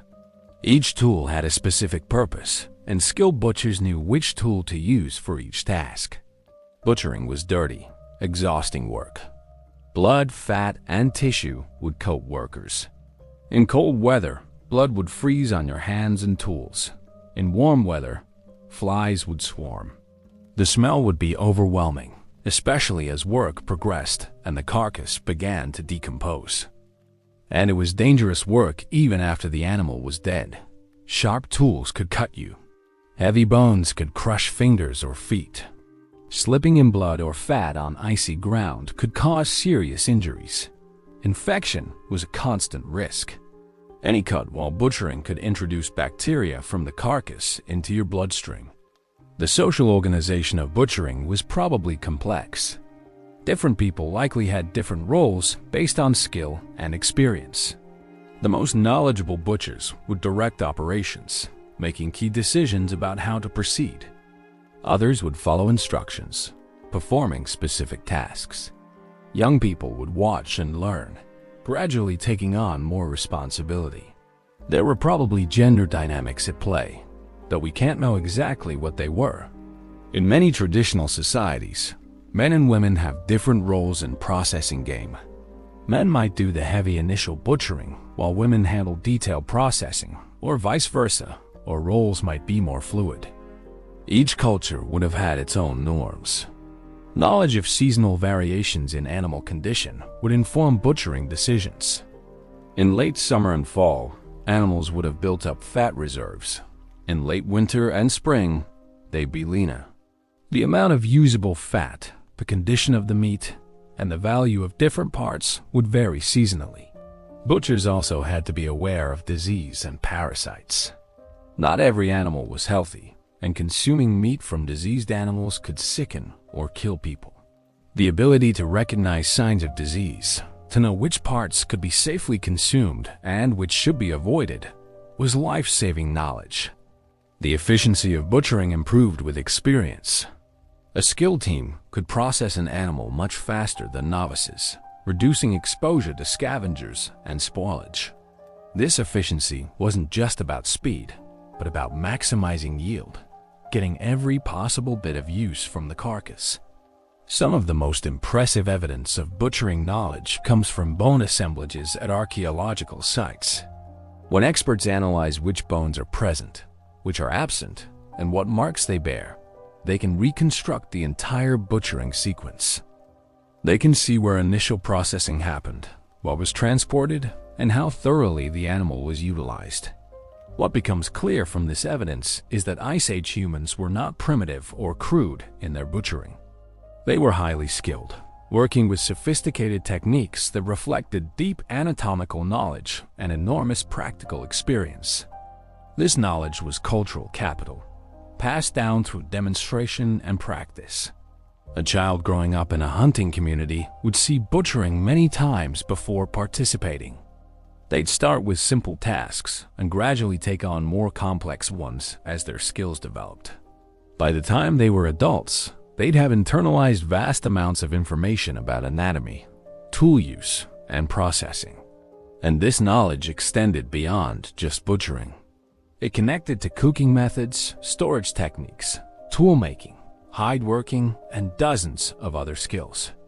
Everything was interconnected, part of a comprehensive system of survival knowledge that defined Ice Age culture. But even the most skilled butchers using the best techniques, faced a fundamental challenge. You couldn't use everything immediately, and preservation was difficult. Which brings us to another crucial area of Ice Age knowledge and technology. Chapter 11. The legacy. So what happened? How did this world of megafauna and the humans who hunted them disappear? The story of megafauna extinction is controversial and complex, and scientists still debate the details. But the broad outline is clear. Starting around 50,000 years ago and accelerating around 15,000 years ago, large animals began disappearing from ecosystems around the world. By 10,000 years ago, the majority of megafauna species were extinct. The timing is striking. In Australia, megafauna extinctions occurred soon after humans arrived around 50,000 years ago. In North and South America, extinctions peaked shortly after human arrival around 15,000 to 13,000 years ago. In Europe and Asia, where humans and megafauna had coexisted longer, extinctions were more gradual but still significant. Climate change clearly played a role. The ending of the last ice age brought dramatic environmental changes. Grasslands retreated, forests expanded, temperatures rose. These changes altered ecosystems in ways that stressed large animals adapted to ice age conditions. But climate change alone doesn't fully explain the pattern. Many megafauna species had survived previous climate shifts. What was different this time was the presence of human hunters with sophisticated technology and tactics. The overkill hypothesis, proposed by Paul Martin in the 1960s, argues that human hunting was the primary driver of megafauna extinctions. The idea is that when skilled hunters encountered naive animal populations, they could hunt them faster than the animals could reproduce. This would have been especially true for megafauna, which had long gestation periods and raised few offspring. Critics of the overkill hypothesis point out that we have relatively few kill sites compared to the number of animals that would have needed to be killed to drive extinction. They argue that other factors, climate change, disease, or ecosystem disruption, must have been primarily responsible. The current scientific consensus is probably somewhere in the middle. Climate change and human hunting both contributed, possibly synergistically. Climate stress made populations more vulnerable. Human hunting pushed stressed populations over the edge. Ecosystem disruptions from both climate and human activity cascaded through food webs. What's clear is that, by about 10,000 years ago, the megafauna world that Ice Age humans had lived in for tens of thousands of years was largely gone. Mammoths, mastodons, giant ground sloths, saber-toothed cats, short-faced bears. Most of the remarkable large animals had disappeared. A few populations lingered. Woolly mammoths survived on Wrangel Island in the Arctic Ocean until about 4,000 years ago, long after they'd vanished from the mainland. But these were isolated remnants, not viable long-term populations. The extinction of megafauna fundamentally changed human societies.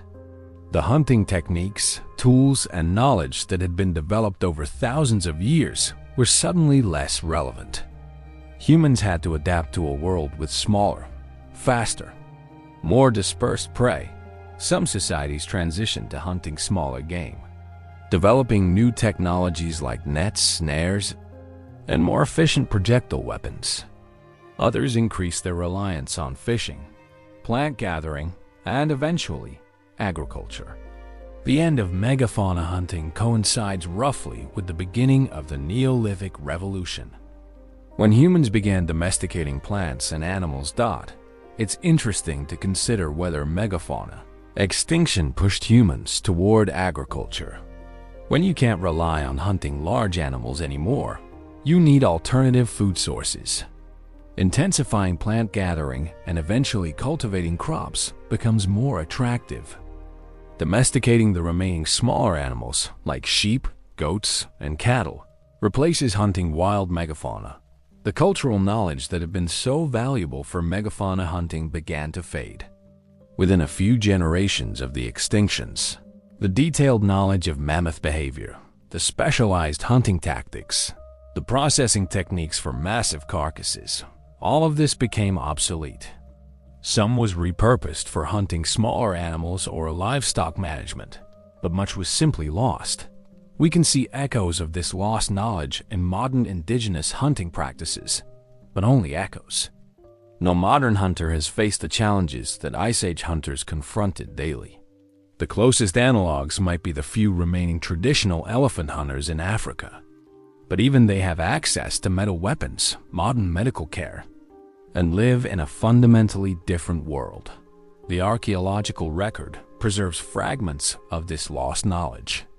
Kill sites, tools, cave paintings, burial sites, all of these give us glimpses of Ice Age life. But there's so much we'll never know. The songs they sang, the stories they told, the names they gave to favorite hunting grounds, the relationships between individual hunters, the specific techniques that work best in specific situations. All of this is gone dot, yet the legacy of megafauna hunting shaped humanity in profound ways. The social structures developed for cooperative hunting, the accumulation and transmission of complex knowledge, the tool-making traditions, the relationship between humans and nature, all of these have echoes that persist today. The very fact that humans spread to every continent and survived in diverse environments from tropical forests to Arctic tundra reflects the adaptability and innovation that was honed through megafauna hunting, the cognitive skills required for tracking, the social skills needed for group coordination, the technological innovation driven by hunting challenges. All of these contributed to making humans what we are. There's also something poignant about the extinction of megafauna. These animals had existed for millions of years, had survived ice ages and climate changes, had evolved remarkable adaptations. And then, in geological terms, very suddenly, they were gone. Whether humans were primarily responsible or just contributing factors, we were there when it happened, and our activities played a role. Modern conservation efforts in some ways reflect awareness of this history. We've learned, belatedly, that humans can drive even large, numerous animals to extinction. The near extinction of bison in North America, the endangerment of elephants and rhinos, the loss of countless other species, all echo the Pleistocene extinctions. But there are also success stories. Conservation has brought some species back from the brink. And there are even efforts to rewild ecosystems, to restore something like the ecological relationships that existed in the Pleistocene. Whether these efforts can truly recreate past conditions is debatable, but they reflect the recognition that the loss of megafauna impoverished our world. If we could talk to Ice Age hunters, what would they tell us? They'd probably be amazed that we're interested in their lives at all. For them, they were just trying to survive, to feed their families, to pass their knowledge to their children. The fact that their world, their challenges, and their achievements would be studied by people thousands of years later would seem strange, but they might also recognize something familiar in us. The human drive to understand, to solve problems, to adapt to challenges. These traits that served Ice Age hunters are the same traits that drive modern humans.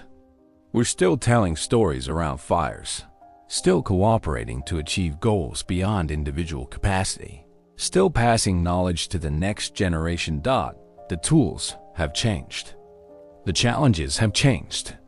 But in fundamental ways, we're still the same species that learned to track mammoths across frozen grasslands, to coordinate complex group hunts, to process massive carcasses with stone tools, to survive and thrive in a world full of dangers and uncertainties. The story of how ancient tribes survived the great hunt of beasts is ultimately a story about us, about human ingenuity, adaptability, and cooperation. It's about ordinary people facing extraordinary challenges and finding ways to overcome them. It's about knowledge accumulated across generations, about learning from failures, about the bonds between people who depended on each other for survival. And while that world is gone, while the mammoths and saber-toothed cats exist now only in fossils and cave paintings, the legacy of those who hunted them lives on. In our bones, our brains, our cultures, and our DNA, we carry echoes of Ice Age hunters. Their story is our story. Their survival made our existence possible. When you look at a stone projectile point in a museum, you're not just looking at a tool. You're looking at accumulated knowledge, refined technique, and countless hours of practice. You're looking at something created by a person who lived and loved and laughed, who had friends and family, who faced fears and celebrated victories. When you see cave paintings of mammoths, you're not just seeing ancient art. You're seeing the work of someone who knew these animals intimately, who had watched them, hunted them, understood them in ways we never can. You're seeing respect, perhaps, or gratitude, or simply the human impulse to record and share what matters. The great hunt of beasts shaped humanity in profound ways. It taught us to cooperate, to plan, to innovate, to accumulate and transmit knowledge. It created social structures and cultural practices that we still recognize. It pushed us to develop technologies and techniques that would eventually lead to everything that came after. And perhaps most importantly, it connected us deeply to the natural world. Ice Age hunters understood, in ways modern people often don't, that human survival depends on other species, on ecosystems, on the complex web of life. They knew intimately the animals they hunted, respected them even as they killed them, and understood that their own lives were interwoven with the lives of their prey. That understanding, that connection, is something we've largely lost. But maybe, by understanding how our ancestors survived the great hunt of beasts, by appreciating their knowledge and their achievements, we can reconnect with something essential about being human. The mammoths are gone. The Ice Age has ended. The hunters who knew how to bring down these magnificent animals are long dead. But their legacy remains in every human alive today, in the civilizations we've built, in the technologies we've created, and perhaps most importantly, in our capacity to face challenges, to adapt, to learn, and to survive.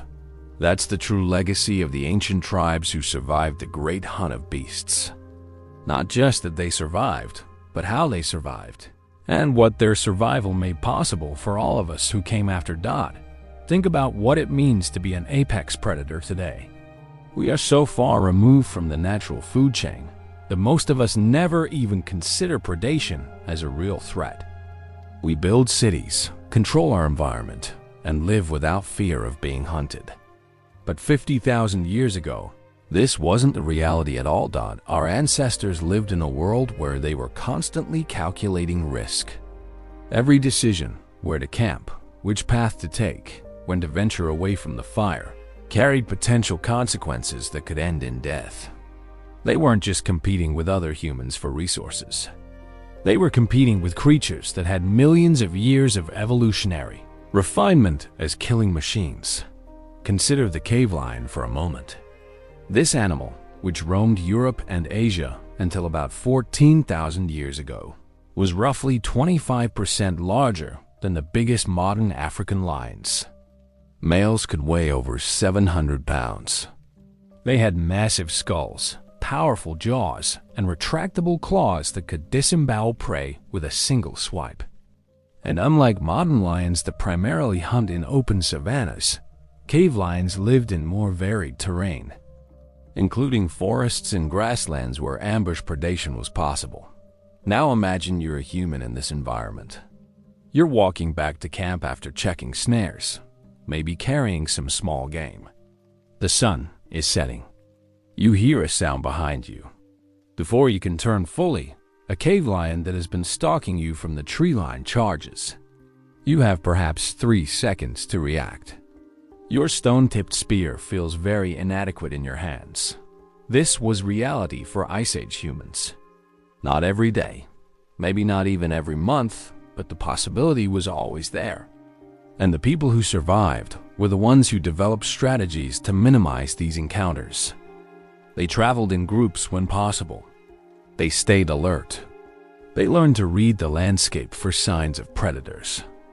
They avoided areas where ambush predators might hide. But here's what's remarkable. Despite being potential prey themselves, humans didn't just survive defensively. They went on offense. They didn't just avoid the megafauna. They actively hunted them. This represents one of the most extraordinary transitions in natural history.